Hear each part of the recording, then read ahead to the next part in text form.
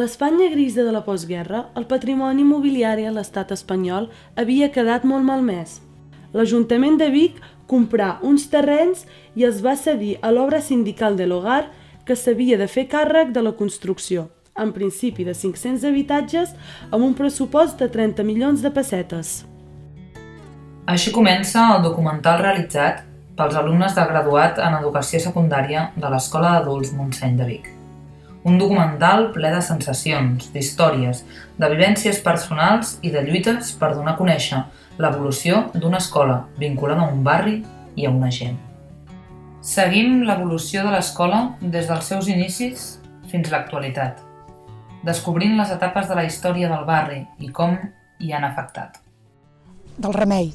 El que passa que era difícil, perquè hi havia la via, s'havia de passar la via a peu i llavors era un perill. En aquella època la veritat és que la consideració que es tenia de l'escola de les Cases Barates era un lloc bastant marginal.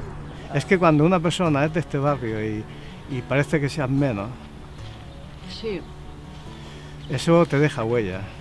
pero el problema lo tienen los demás.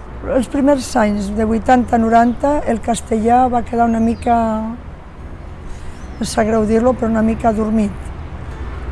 Se donava prioritat al català, perquè és veritat que necessitàvem treballar més la llengua per la qual s'estava lluitant en aquells moments. La idea va ser traslladar l'escola del Montseny, que d'alguna manera antigament hi havia la via del tren i per tant separava molt els dos barris i poder extreure-la cap a... I el projecte era reformar l'immoble i ampliar-lo. La reforma es va fer, l'ampliació no. Quan es va iniciar la formació d'adults, el Ministeri d'Educació, que era aquell temps, doncs va anomenar 2 professors que tenien a l'àmbit d'actuació a tota la comarca.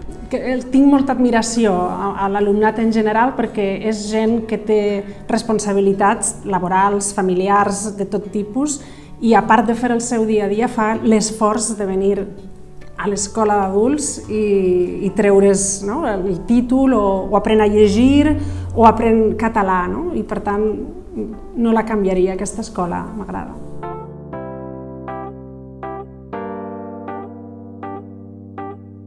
This is an awesome feeling when you are so close.